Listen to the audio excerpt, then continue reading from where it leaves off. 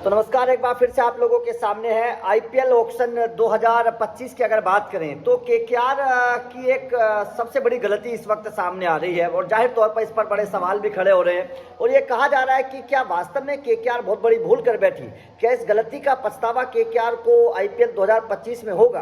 क्या इस गलती का कह सकते हैं कि भरपाई केकेआर कर पाएगी? जिस तरीके से केकेआर ने ऑक्शन में एक फैसला लिया, जाहिर तौर पर केकेआर के पर्स, देखिए उतना बड़ा पर्स नहीं था केकेआर का आईपीएल 2025 की अगर मैं बात करूं, केवल 51 करोड़ रुपए के पर्स के साथ केकेआर गई थी। उम्मीद लगाई जा रही थी कि केकेआर इस 51 करोड़ रुपए के पर्स में कुछ अच्छे फैसले लेगी, कुछ बढ़िया खिलाड़ियों को खरीदेगी। उम्मीद ये भी जताई जा रही थी कि शायद केकेआर कप्तान के तौर पर जोस बटलर, श्रेयस अय्यर जैसे खिलाड़ियों के पीछे जाएगी। मौका भी था केकेआर के पास, क्योंकि जोस बटलर केवल 15 करोड़ रुपए के आसपास गए हैं। अगर केकेआर चाहती तो जोस बटलर को खरीद सकती थी। केकेआर अगर चाहती तो जोस बटलर के पीछे जा सकती थी। जोस बटलर को के तौर पर केकेआर को तीन फायदे होते हैं, विकेट कीपर के तौर पर, ओपनर के तौर पर और कप्तान के तौर पर। लेकिन केकेआर ने जोस बटलर को छोड़ दिया। उसके बाद में केकेआर ने श्रेयस अय्यर को भी जाने दिया, जबकि अगर केकेआर चाहती तो श्रेयस अय्यर के पीछे भी जाया जा सकता था।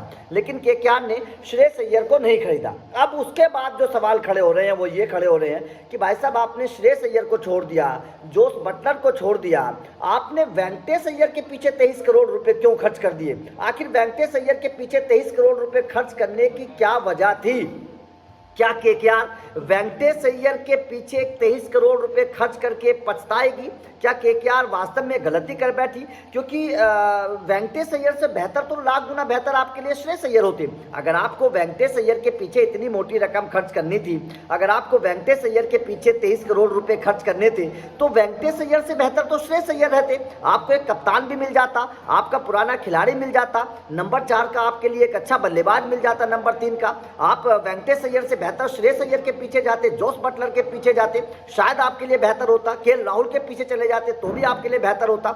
लेकिन पता नहीं वेंकटेश अय्यर के पीछे केकेआर ने 23 करोड़ रुपए क्यों खर्च कर दिया। हालांकि इसमें कोई डाउट नहीं है कि वेंकटेश अय्यर अच्छे खिलाड़ी हैं, आईपीएल 2024 में अच्छी परफॉर्मेंस करी थी, लगातार रन भी बनाए थे वेंकटेश अय्यर ने, इसमें कोई डाउट नहीं है। लेकिन यहां पर सवाल एक और है कि जब 23 करोड़ रुपए में आपको वेंकटेश अय्यर खरीदना था तो आप 13-14 करोड़ रुपए देकर उनको रिटेन भी कर सकते थे। वेंकटेश अय्यर का ऐसा मामला नहीं था कि वो मानते नहीं, वेंकटेश अय्यर मान जाते। 14-15 करोड़ रुपए में वेंकटेश अय्यर मान जाते।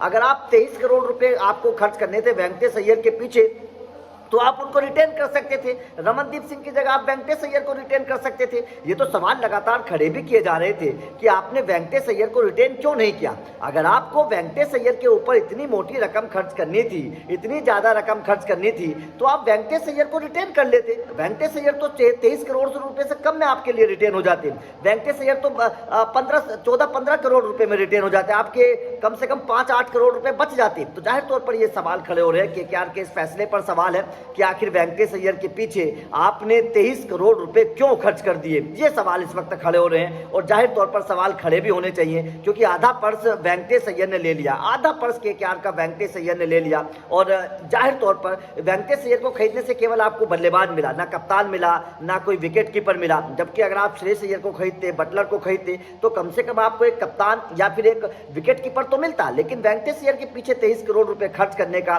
कोई लॉजिक समझ में नहीं आ रहा है और जाहिर तौर पर केकेआर के इस फैसले पर सवाल भी खड़े हो रहे हैं कि आखिर केकेआर ने फैसला क्यों किया। क्योंकि इस फैसले पर लगातार सवाल है।